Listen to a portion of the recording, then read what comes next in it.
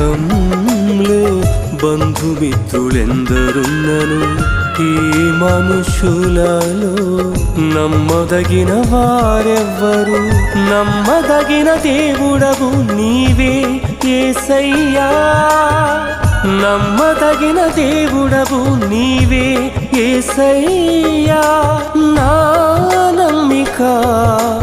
నీవు మాత్రమే నా నమ్మిక నీవు మాత్రమే యేసయ్యా యేసయ్యా యేసయ్యా యేసయ్యా యేసయ్యా